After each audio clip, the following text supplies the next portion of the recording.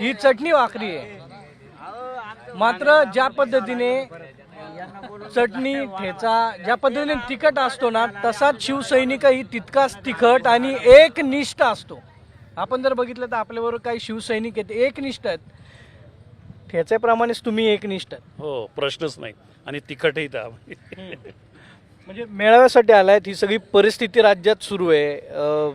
ओला दुष्काळाची मागणी होतीये, शेतकरी अडचणीत आहे, तरी विचार ऐकण्यासाठी आलाय. कारण उद्धव साहेब या ठिकाणी जेही भाषण करतील ते आम्ही गल्लोगल्ली गावोगावी खेड्यापाडी या विचारांची आम्ही देवाणघेवाण करतो. एक प्रकारे उद्धव साहेबांकडनं जे विचार घेऊन जातो तेच आमच्या गावात आणि खेड्यापाड्यामध्ये आम्ही ते सांगत असतो लोकांना. त्याच्यामुळे आणि ग्रामीण भागामध्ये जी वादळी परिस्थिती निर्माण झालेली, जे काही ओला दुष्काळ तर सरकारने जाहीर केला नाही, ज्या काही प्रकारे पावसाचं थैमान माजवलेलं आहे, त्याच्यासाठी नक्कीच आम्ही या ठिकाणी उद्धव साहेब जेही विचार देतील ते विचार आम्ही तिथं मांडू लोकांना. सरकारवर विश्वास आहे. मैं उद्धव साहेबांतर्फे बीजेपीवर 2 शब्द बोलना है. बिन मौसम बादल भी आते हैं, बरस भी जाते, गरज भी जाते, आखिर में वो सागर से मिल जाते, ऐसे मिल जाते कि निश्चित नाबूद हो जाते. वो कभी आते भी नहीं, कभी दिखते भी नहीं, लोग उसे भूल जाते. ऐसी बात है बस. बरोबर आहे की आपण जर बघितलं ही परिस्थिती होईल बीजेपीची परिस्थिती अशी होईल जसे काही जुने पक्ष लोक विसरून गेले हो, तसं बीजेपीला कोणी आठवण सुद्धा करणार नाही आणि आठवण बी राहणार नाही. ती कुठेच राहणार नाही. फक्त 2-4-6 महिन्याचा काळ आहे, जास्तीत जास्त 5 वर्षे. काय बीजेपी हा शब्द सुद्धा कोण काढणार नाही भविष्यात. हो, माझी 65 वर्षाची वय आहे. माझी 65 वर्षाची वय आहे. मतदान चालू न होता मी 50 ते 51 वर्षापासून शिवसैनिक आहे. माझे अनुभव आहेत. हो, आणि शिवसेना ही खरी आहे. आता isakal.com आहे देशातील नंबर 1 ची मराठी न्यूज वेबसाईट. प्रत्येक अपडेटसाठी isakal.com ला नक्की भेट द्या.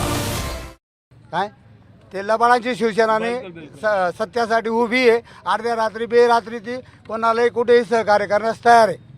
तशी इतर गद्दार कोणी राज ठाकरे उद्धव ठाकरे एकत्र यायला पाहिजे वाटतं. हां, राजसाहेब आणि उद्धव साहेब एकत्र आले तर मी बोललो मागाशी आपल्या त्या मी बोललो ते दोघं भाऊ एकत्र जर आले तर माझ्या मताने बाळासाहेब पुनर्रूपी जन्मास आले असं या महाराष्ट्रासाठी होईल. नक्की जी मदत करते सरकार किंवा सांगते ती भेटली का? आता आज दसरा आहे, अजूनही मदत नाही आहे, पंचनामे नाही. आज तुमच्या माध्यमातून सगळ्या महाराष्ट्राला माहिती आहे की अतिवृष्टी इतक्या मोठ्या प्रमाणात झालेली आहे की त्याच्याने भरपूर नुकसान शेतकऱ्याचं झालेलं आहे. शेतकऱ्याला ज्या अपेक्षा आहे मदतीच्या त्या आज तागायत सरकारने त्याच्यावर तोंड उघडलेलं नाही आहे. आपल्यापेक्षा लहान असलेलं राज्य जे पंजाब त्याने हेक्टरी 50,000 रुपये मदत केलेली आहे. आपल्याकडे 5-10 हजार रुपयाची मदतसुद्धा हेक्टरी अजून डिक्लेअर होत नाही. शेतकरी अक्षरशः वैतागलेला आहे. मग मुख्यमंत्री काय करतात? मुख्यमंत्र्यांवर सगळ्यांचाच रोष आहे ना आता, कारण रोषाला ते तेवढे जबाबदारच आहेत. ज्या पद्धतीने ज्या वेळेस मुख्यमंत्री उद्धव साहेब होते त्यावेळेस विरोधी पक्ष नेते म्हणून फडणवीस काय बोलायचे की टीका टिप्पणी करायची त्यावेळेस ज्या वेळेस पाऊस झाला होता तेव्हा.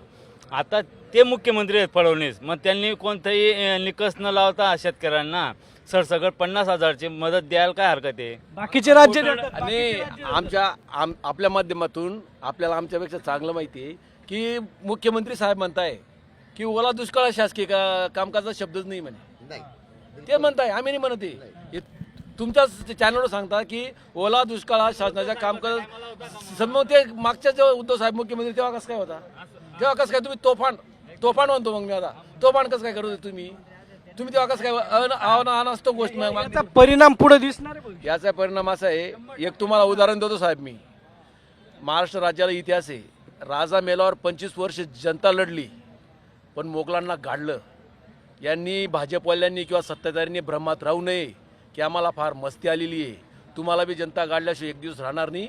एवढंच मी तुमच्या माध्यमातून सांगतो. नक्की आपण जर बघितलं तर ह्या सगळ्या भावना ज्या आहेत या शिवसैनिकांच्या आहेत आणि हे एकनिष्ठ शिवसैनिक आहेत. गेल्या अनेक वर्षापासून दसऱ्याला विचार ऐकण्यासाठी ते येत असतात. कॅमेरामॅन आदर्श कटकेसह सागरावर, साम टीव्ही, मुंबई. देश विदेशातील प्रत्येक घडामोडींचे लाईव्ह अपडेट मिळवण्यासाठी आता साम टीव्हीच्या सर्व सोशल मीडिया प्लॅटफॉर्मला लाईक, फॉलो आणि सबस्क्राईब करा.